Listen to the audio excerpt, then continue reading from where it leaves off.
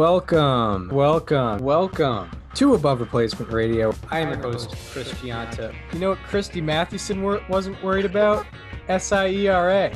When you're thinking about Pedro Siriaco, I mean, the only one that can compete is maybe Hannes Wagner's 1908 season. Over there on the other side of the screen is Daniel Curran. Like, if we just clip together every time we've talked about him on other people's profiles, we've done a Mickey Cochran episode. I can't get past Rabbit Marinville. It's not necessarily Hall of Fame. It's not necessarily above average, but we can guarantee you we are better than just the standard replacement level college sophomore. And welcome to Above Replacement Radio, where we're talking baseball kind of whenever. I'm your host, Chris Gianta. Over there to my actual left, as you cannot see on YouTube, unfortunately, is Daniel Curran. How you doing, Daniel? Chris, I'm doing well today. It is the final, I guess it's the final show of the regular season, right?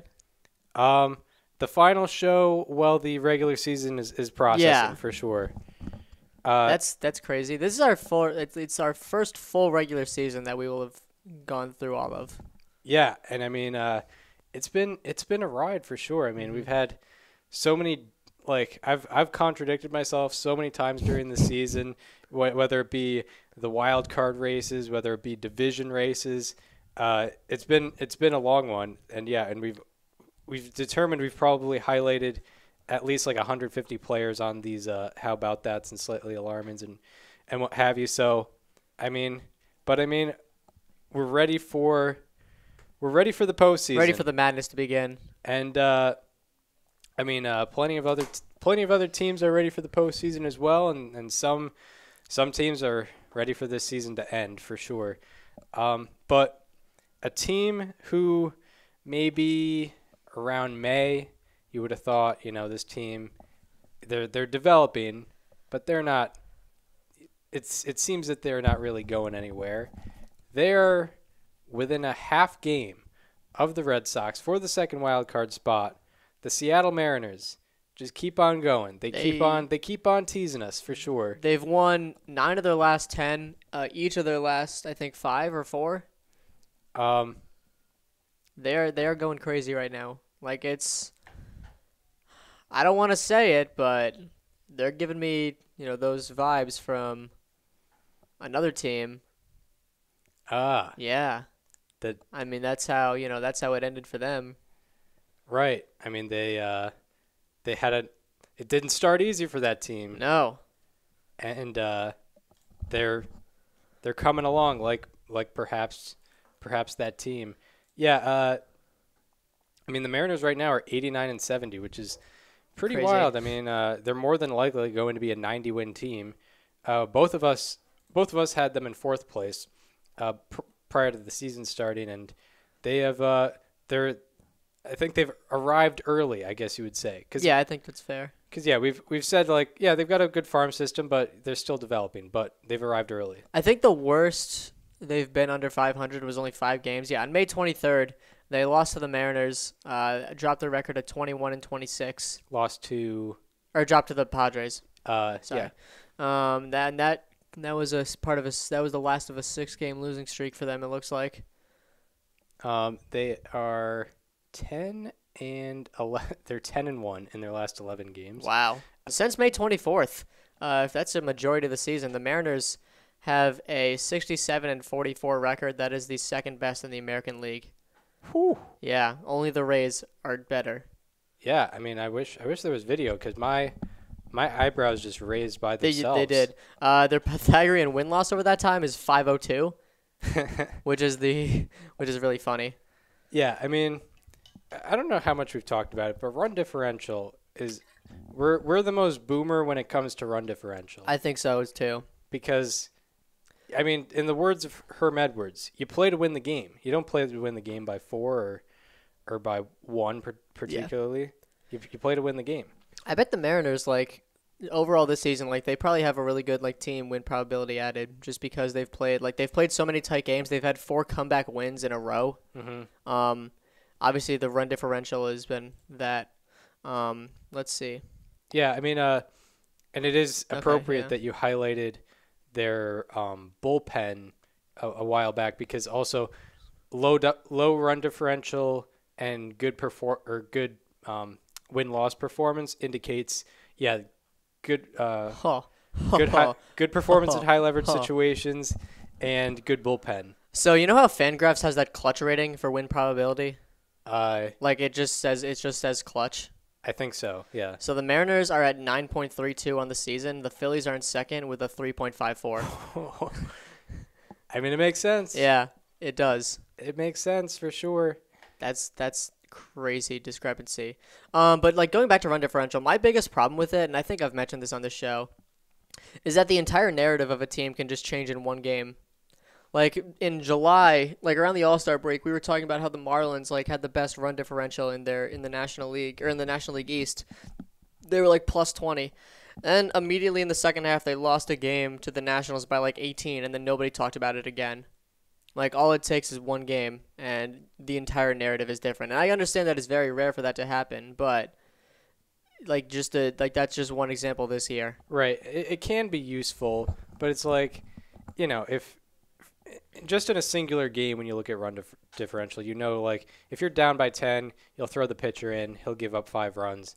Like the 5 runs there isn't going to make a difference in that game, but it will make a difference in your run differential. So, and same thing on the other end. If you're up by 10, the other team throws a pitcher in, they give up 5 runs, or not a pitcher, a position player in to pitch is what I meant to say. Yeah. They give up 5 runs. It increases your run differential, but it doesn't really matter for that particular game because the other team is going to lose anyway. The Mariners have a 119 weighted runs created plus this season with runners in scoring position. That is the second highest in the majors. Interesting. Yeah. Very interesting. So this team, like, it's very weird because they've done it at the right times all year, and it's just led to so many more wins. It's led to them being this close to being in the playoffs. Yeah, seems like it. And since September 19th, when they started this 10-1 run, their bullpen ERA is 2.31, which is like not, it's not number 1, but it's still pretty spectacular, and still, very necessary as they've needed that. Their bullpen has been nice. Okay, so let's take a look at what they've done in the last 11 games. So they beat Kansas City 7-1. They beat Oakland 4-2. I mean, Oakland has just been They're out. Has just been. Well, no, yeah, the A's are out. They're out of the playoffs. Yeah, and Seattle seems to be their kryptonite, at least as of late. I mean, they've lost 6 straight to Seattle, and let's see if it goes back even further for them. Oakland. When was the last one? Yeah, I mean Seattle swept Oakland in July too. So that makes it 9 in a row. Where else have they faced Oakland? Okay, they lost a series back in May/June. But overall in the year against Oakland, Seattle is 15-4. Yep. Wow. Okay. Yep.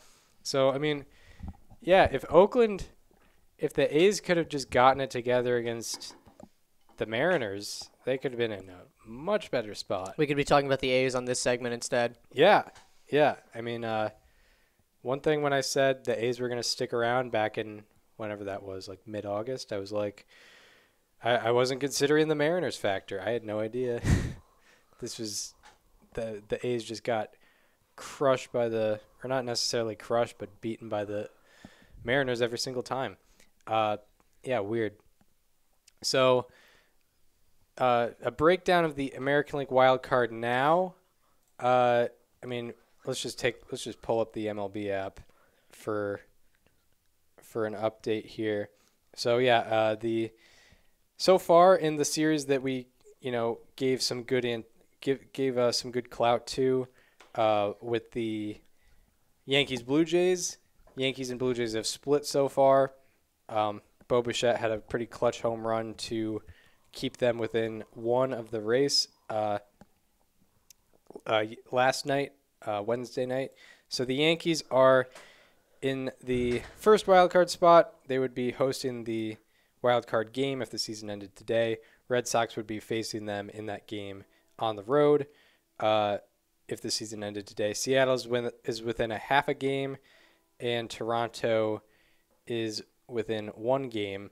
And Seattle, I'm guessing, has a day off today. Yeah, they do. So And then they play the Angels at home.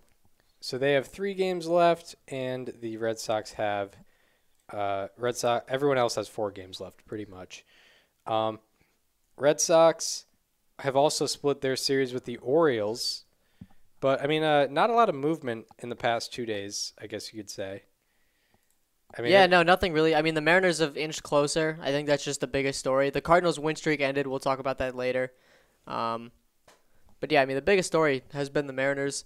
The Red Sox are hanging by a thread right now. Yeah. They lost to the Orioles once. That's probably unacceptable. Offense not looking right. No. They scored 6 runs last night, but it still didn't feel right. Still didn't feel right. Because I mean, also they were held to 1 through the 5th inning. They had 3 hits on Monday, or was it Tuesday? It was Tuesday. Right. Yeah.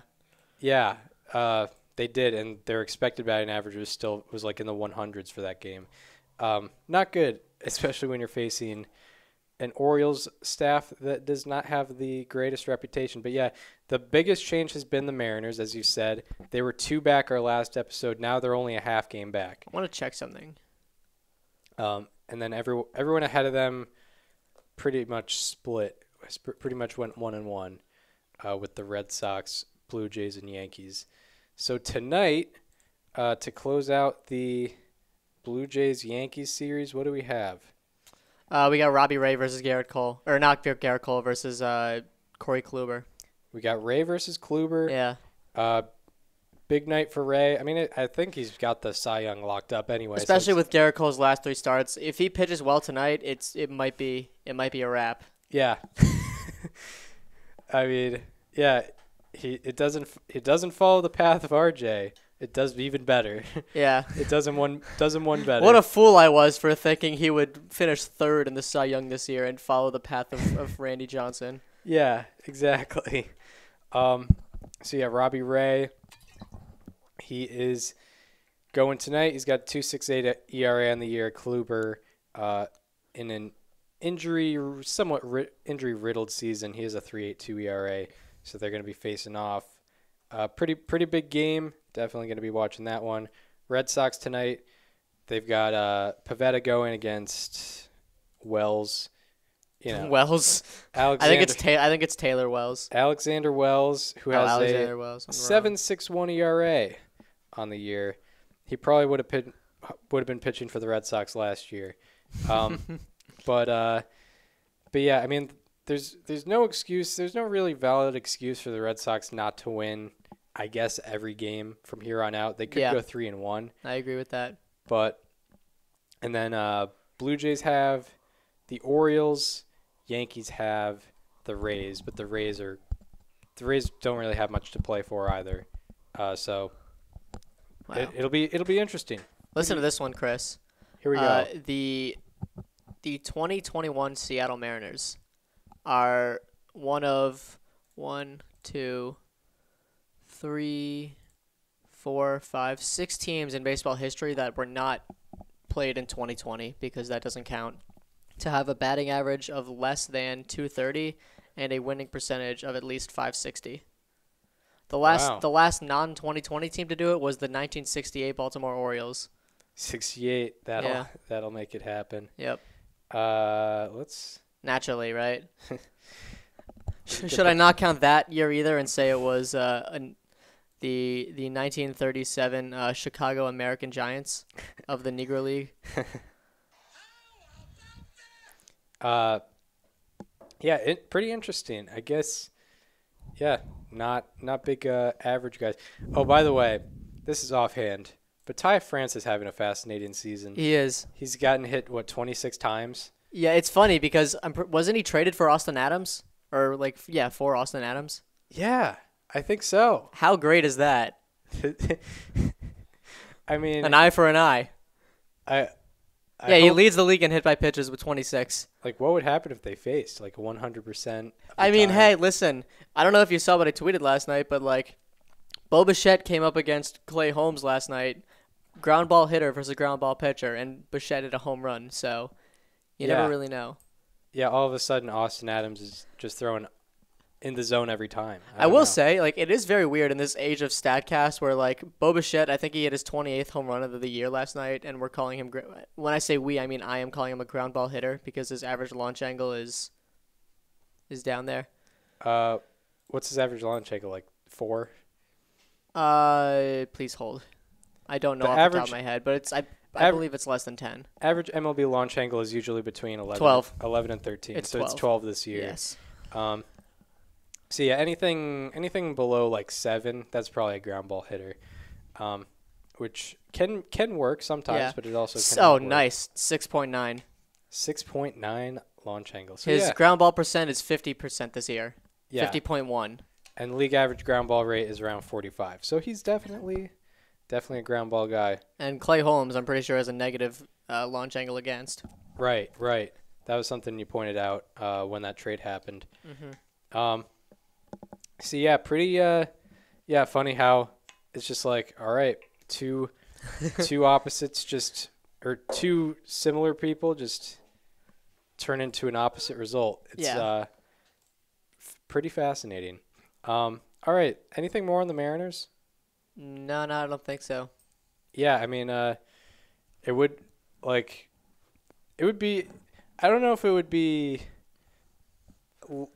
a Mariners story because I feel like they just kind of snuck up on us. They did. I mean, I literally said, like, the first time we highlighted them, I was like, well, this probably won't turn into a playoff run, but it's just encouraging for next year. And now we're talking about a playoff run. Yep. And it may or may not happen. As of right now, it will not. But it could change. I mean, they could be in the picture tonight. Yeah, and let's not forget they're facing the Angels, who are a little out of it. They're not going to be facing Ohtani. They've been particularly bad recently too. Like the Angels, I was gonna give them credit for hanging on to like treading water at 500 this year, but they've been struggling lately. Like especially without Trout, without Rendon. They lost Walsh for part of the year. Yeah, I can't imagine this team without Ohtani and what would happen, what would transpire. And by not facing Ohtani, I mean not facing Ohtani pitching. Yeah. They will be facing him hitting. Since September 5th. And yeah, Mariners have all the momentum. I feel like if you were like the Yankees, you don't want to be facing a team like the Mariners with this much momentum. Since September 5th, the Angels are 7-15. That's the worst record in the AL. Okay. So, it's words of encouragement for Seattle fans. Right. Yeah, I wonder how much of a factor the momentum could be in the wild card game, like at least these kind of short spurts of momentum where it's like you've had a good 2 weeks, because the Cardinals certainly fall under that category, and if the Mariners make it into the wild card game, they could fall into that category as well. It should be very interesting as the wild card races, or the AL wild card race stays wild. NL, it's pretty much all wrapped up. But speaking of the NL wild card, there's going to be a team with at least 102 wins in that first place spot. The level of performance of the Giants and Dodgers in like the second half is just it's pretty astounding. Yeah, no, it's wild. Like it's just they've both just kept winning. Like the Dodgers, I mentioned since September 5th earlier, the Dodgers are 16-6 since September 5th. The Giants are 18-4. Right. Like they've lost 2 games in the standings. Yeah. And they've gone 16-6. Yeah, well, and that was the last game of their last series. And since that series, yeah, it's been Dodgers 16-5, Giants 17-4. And we talked about it before the show, but it's like with the Dodgers, it's like how do we go 16-5 and not gain any ground? They lost ground. And then with the Giants, it's like how have we gone 17-4 and not wrap this division up? Yeah. Yep.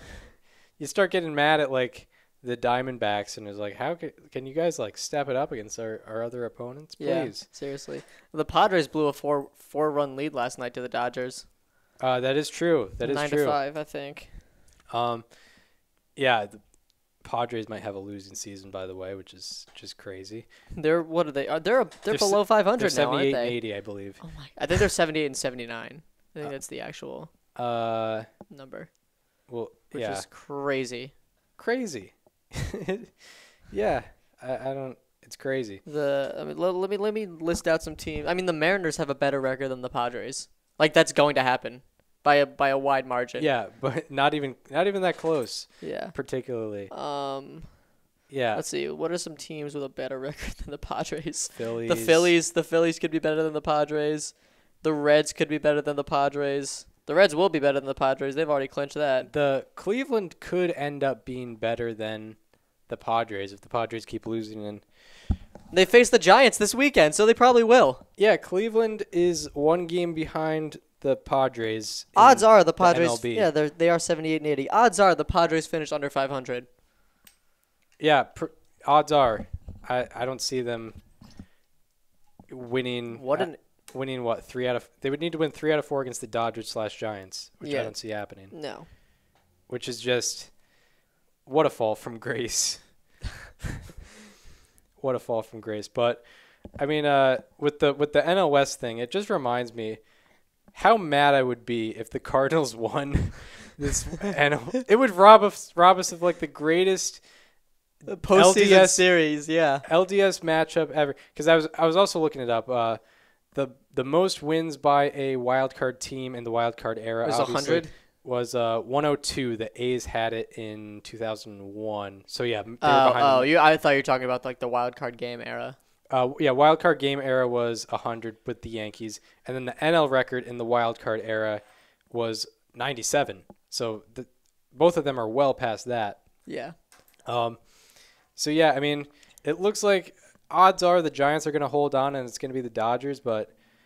Man, oh man! The Giants' magic number is 3. So no matter what happens tonight, the Giants are going to go into the last weekend of the season and be like, "All right, let's get it done this weekend, boys." Yeah, they control their own destiny with a 102 win team. It's so funny how it's so funny how this entire time, like this has just been the standings all year. Like the Dodgers have never gotten the lead, but they've always been like within 5 games. Yeah, and. I think the only differing thing was the Padres. We thought it would be a 3-team race. It's turned into a 2-team race. Yeah, it's something to behold. And we thought one team might get cold, but they just haven't. They just haven't at all. I should look at their second half, both of their second half records, as I've just learned. I've just learned how to find records since certain dates. I mean, there's multiple ways you can do it. You could also go to team pitching. Yep. Since a certain date, it'll tell you that. After this date. So, yeah, in the second half, the Giants are 46 and 22. The Dodgers are 45 and 21.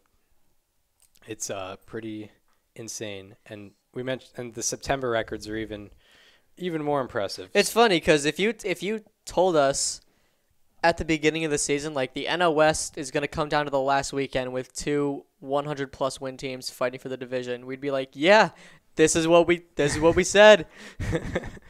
The Dodgers and Padres. Yeah, we knew that offseason was going to be productive for San Diego. There'll be one team like kind of fighting 500. Yeah, and there'll be 2 teams just, they're not there anymore.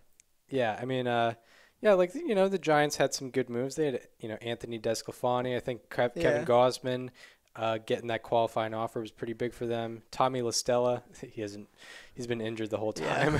Yeah. Matt Whistler. Yeah, Matt Whistler. Yeah, I mean, Giants made some improvements. Yeah, they'll make some quality moves. They're building. They're building. Yeah. Instead, they'll have 3. Well, I think I saw a stat today that they have 5 players above the age of 33 with a 500 slugging percentage. Jeez, there must be a certain minimum because that's got to be what Longoria, Posey, Crawford, Darren Ruff, right? Belt and Brandon Belt. Yeah, it's got to be. Yeah, I'm gonna look for some. Keep talking. I'm gonna look for some stats on that. I was gonna have Brandon Belt as a how about that, but I realized he got hurt. Yeah, just went to the IL. That would be the second time he's been featured on How About That in this show's history. Yeah, and actually, I went back to a certain episode, and I forgot we did have a consensus how about that last year, and it was Brandon Belt. Oh. So we had one consensus how about that, one consensus slightly alarming last year. But yeah, this year I think we had one consensus how about that, and two consensus how about that. It's Javier Baez and Brian Reynolds, and then 2 or 3 consensus slightly alarmings. Okay, so yeah, confirmed. No team has had more than 3 players on their team age 33 or older with a 500 slugging percentage, minimum 275 plate appearances. This 2021 San Francisco Giants have 5 of such players. Wow. Who had 3? The 2009 Yankees, the 2006 Giants, the 2005 Cardinals, the 1995 Diamondbacks, and the 1997 Rockies. So those are all pretty like offensive heavy like years. Yeah. Just in general. That's like true. Mid 2000s. Except for like mid-90s. maybe 2006. I'd argue 09 was like less offensive than 06. Yeah, that's probably fair. Because 06 was still like kind of like we're kind of doing steroids, creeping out of the steroid era. But 2009 we were like out, even though except for A-Rod, who was one of the players on that list. Right. He was one of the 3 players on the 09 Yankees. Shout out to Tony. Shout out to Uncle Tony Bosch. Yeah. All right. That's kind of what we needed to talk about. Devin Williams. Yes. Yeah. We need to talk. That's tough. I mean, I feel bad, but it's also, how can you feel bad? Like he did it. Yeah, but I feel bad for his teammates. I feel bad for the teammates. Yeah. So Devin Williams, for those unaware, he had been one of the best relief pitchers in baseball for the last 3 months. Yeah, Devin Williams, 2020 National League Rookie of the Year. Thrower of the iconic airbender. Yeah, I mean, one of the most visually appealing pitches we've ever seen. Yeah. He had a 1.34 ERA over his last 36 appearances. Yeah, which is pretty nuts. And he had after the Brewers clinched their National League Central title. After the Brewers clinched their National League Central title, he admitted he got a little too drunk. He punched a wall for an unknown reason, and fractured his hand. Yeah. And he's now out for the year. He's out for the year, and it's his pitching hand as well. I mean, I feel like he would still be out if it was his catching hand still, but fractured his hand. He's out for the year. Yeah, last 36 appearances, 1.34 ERA, 2 flat FIP, only 2 home runs allowed in 33 and 2/3 innings pitch. Fractured his hand. It's pretty big. It's a pretty big deal, especially in the playoffs where bullpen's importance are amplified. Yeah. Very big deal. And the Brewers, that's how they thrive. Like, if you noticed, they have the great starting pitching, but they usually have short leashes. Like, there's a reason Corbin Burns had 170 innings pitched this year. Well, he only missed a couple weeks with an injury during the season. It's because he usually goes 5 or 6 innings. Same thing with Freddie Peralta. It's not like the Phillies where they need guys to go. Mm-hmm. I mean, there was that week where Joe Girardi was just throwing guys out there for 9 innings every single time. It was unbelievable. It happened to Wheeler and Nola. By the way, Nola has also had a fascinating year. Oh, yeah. The guy just can't catch a break. Yeah, big discrepancy in ERA and FIP and what have you. But, yeah, back to Devin Williams. Very tough situation. However, I think the Brewers might be a little more fine than had Williams been on the Red Sox or another team without as much bullpen depth, because the Brewers have a decent bullpen. Williams wasn't their closer. Josh Hader's their closer. Josh Hader 34th for 35 on the year in save opportunities. That's so crazy. And the one was it was Jose Peraza. He had a home run off him. Hader 1.27 ERA, 1.84 FIP on the year in 56 and 2/3 innings pitched. Brent Suter has had a nice year for himself too. He's not very similar to Josh Hader in pitching style, more of a nibbler. 72 innings pitched, 3 ERA.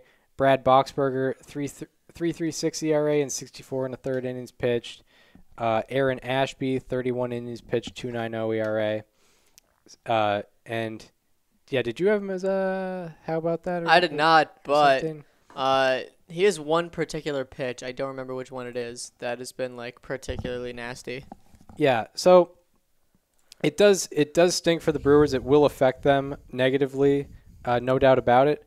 But it might not be as big of a deal because of whatever depth they've developed. This always happens to them right before a postseason push. Like they lost Yelich in 2019. They lost Devin Williams in 2020 as well. Right, and they lost Corbin Burns. And they didn't make the playoffs in the particular 2017 year. Oh my god! But I remember Jimmy Nelson was having a good year, and then he got injured on the base paths. Oh my god! Listen to this. Aaron Ashby throws his slider 38.9% of the time. It's his primary pitch. 41 plate appearances against. Hitters are batting .053 with an expected batting average of .062. They're also slugging .053 with an expected slugging of .077. That is crazy. Against which pitch? His slider. Slider. Yeah. Wow. Is there a whiff rate on it? 42.9%. That's pretty good. 42.9%. That's on a per pitch basis. That's not like per swing. Right. Yeah. Let me find what's the run value on that. That is crazy talk. I didn't know. He's a lefty too. Like lefties aren't supposed to have like the big wipeout sliders. It's more of a righty trait, I feel like. Yeah, well, I mean the best example for lefty slider would be Sale. Mm-hmm. But I mean, yeah, lefty sliders, Randy Johnson maybe, but don't want to go, too old school there. Yeah, righties I feel like have the sharp, tight sliders, and the lefties are kind of more loopy. Or maybe that's just Chris Sale. Maybe I'm just thinking of one guy. Yeah, well, Chris Sale is not even a fair guy to like compare to anyone else. Like that's just absolutely. 077 expected slugging. That's the most impressive number there is. But yeah, anything more on the Devin Williams scenario other than bad for Brewers?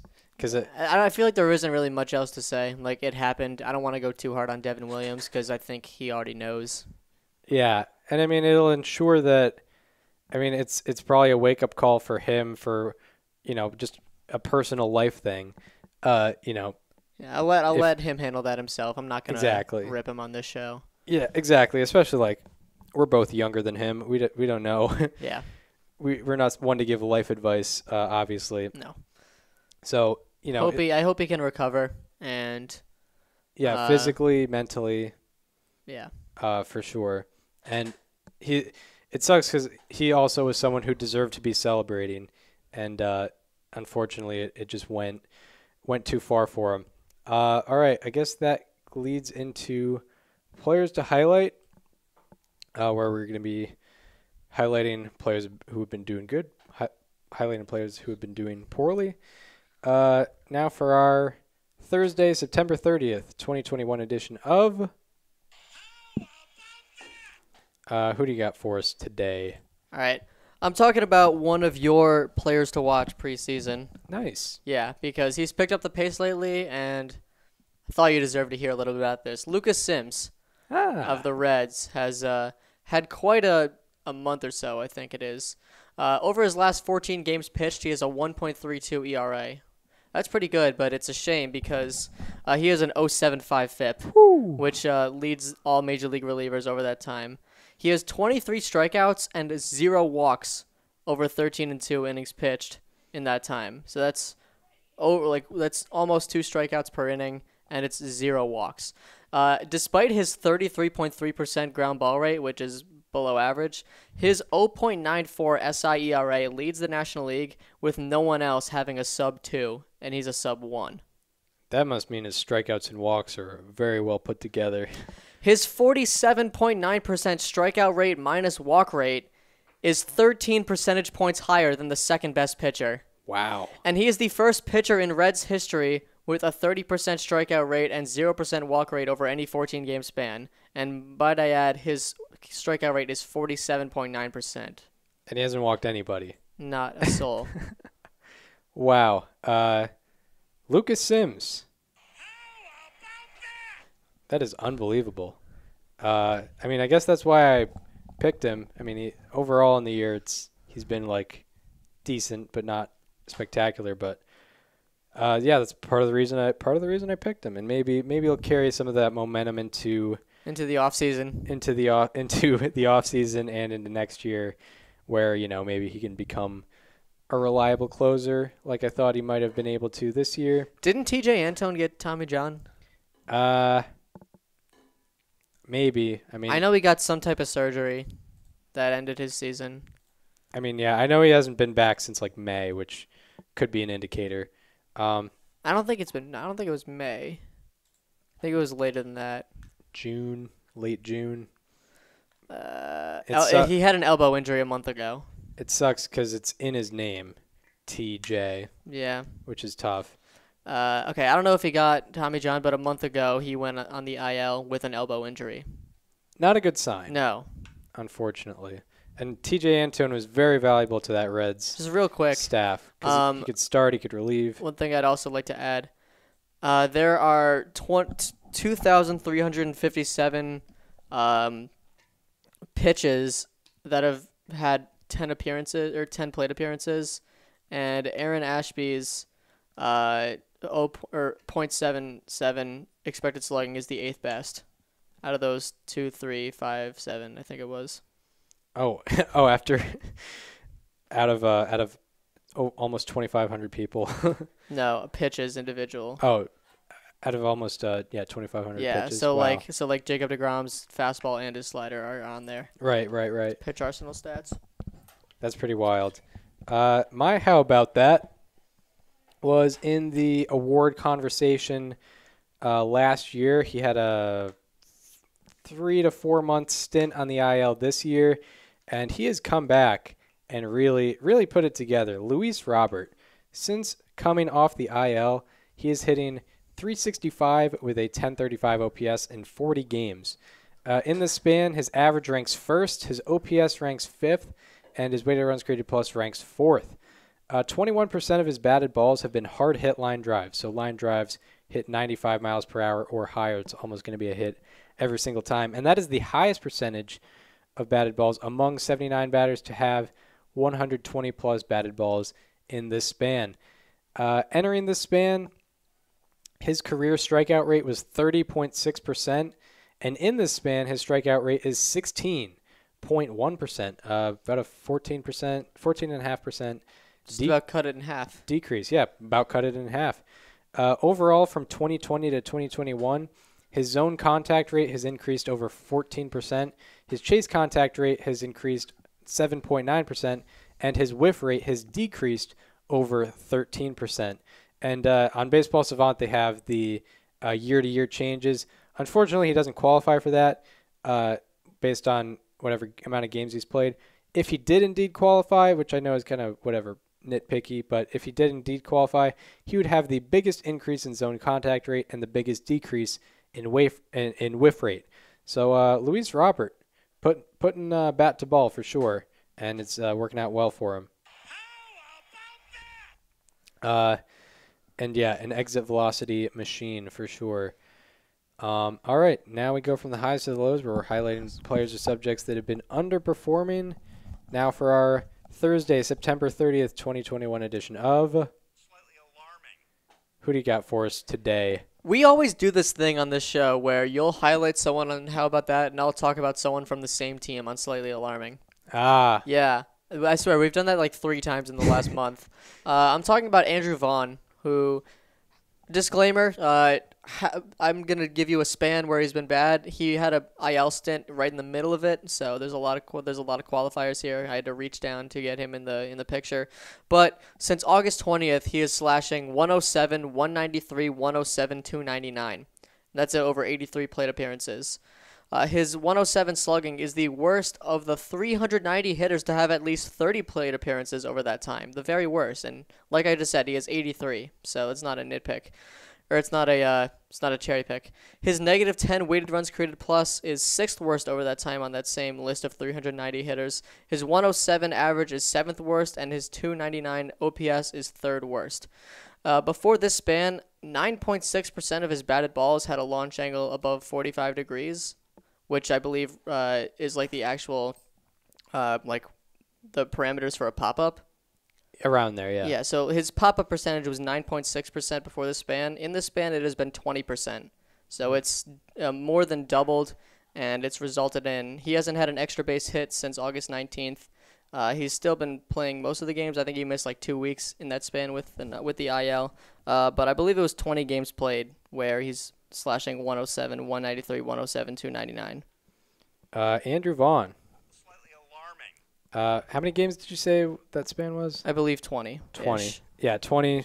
20-ish. 20 games with a 299 OPS is, that's going to get you on the segment.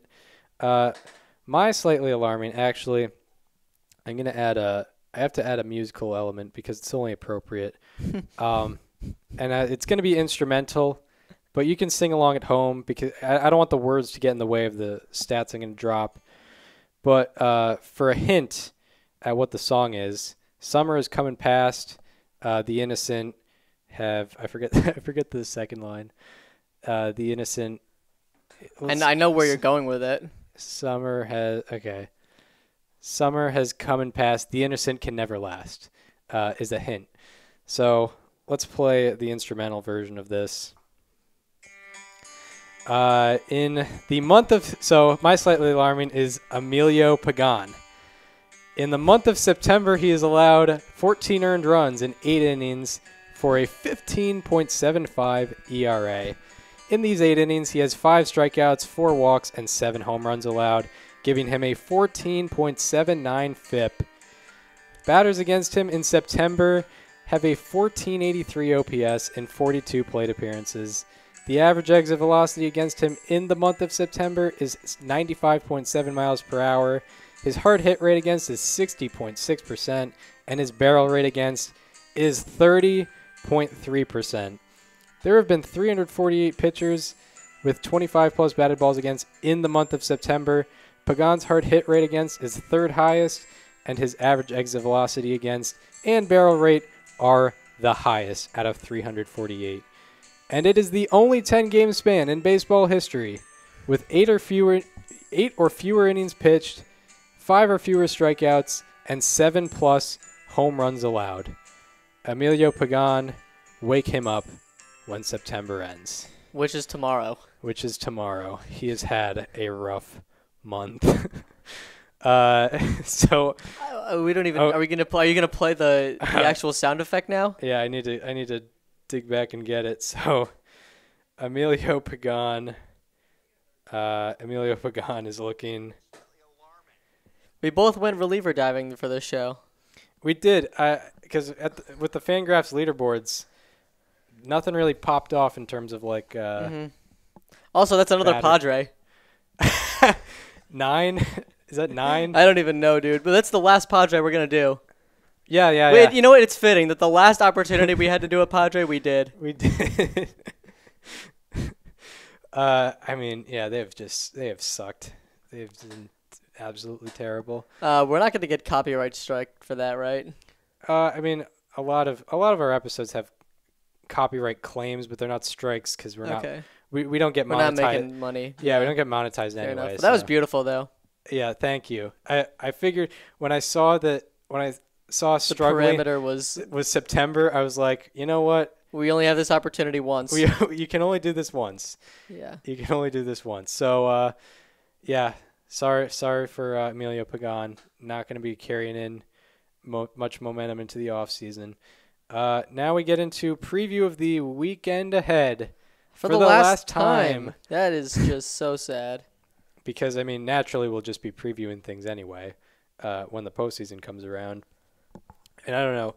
We'll probably, like, have a pretty fluid, upload schedule. Because there's probably going to be a time on, like, a Thursday where there's a Game 7, and we might want to wait until after. So, bear with us there. It's probably not going to be as consistent. Although I don't know, maybe we'll do more episodes depending on the situation. Friday, you do the day-by-day matchup. All right, so we're going to start on Thursday because today's Thursday. Or I was going to do I was going to do series to watch. Okay. When I meant day-by-day matchups, Right. For some reason I was just looking at Friday and I just said Friday, and I don't know why. I mean, all you really need to watch for series is whoever's left contending. Just watch the Mariners, Red Sox, Yankees, Blue Jays, the Giants and Dodgers. Watch them play. Yeah, pretty much. Pretty much. I would say take a look at on Thursday you have Nick Pivetta going for the Red Sox. He's been better lately, and he's been better with Kevin Plawecki catching, and I think that's going to be the case tonight against the Orioles. You have skip that one. You have Colin McHugh and Lance McCullers going against each other in the finale of Rays Astros. The Astros have a magic number of 1 in the AL West. The Mariners technically could still win it. The Rays have clinched the number 1 seed in the American League, so they are all set. You have Rich Hill going for the Mets against the Marlins. You have Kyle Gibson and Ian Anderson going against each other in Phillies Braves. Braves could wrap up the division tonight with a win. You have Tarek Skubal going for the Tigers against the Twins. You have Shane Bieber going for the Indians against the Royals. We're going to see the last of Cleveland Indians baseball this weekend. That's true. Wow. Say goodbye. Wow. What a matchup he got here in Diamondbacks Giants. Madison Bumgarner returning to San Diego to face Scott Kazmir. Wow. Yeah. Kazmir wasn't even popping when Bumgarner was popping either. I know. Kazmir's peak was like 2008. With the Rays. And then you have Tony Gonsolin going for the Dodgers against the Padres. Matchup of the night is the aforementioned Corey Kluber versus Robbie Ray in Blue Jays and Yankees. I'm going to try to keep matchup of the night exclusive to like series that matter. Okay. By the way, I was... If you saw me beaming, smiling, it's because Marty Dobrow replied to my tweet. You just saw that? Yeah, I just saw that. Yeah. Hell yeah. Okay.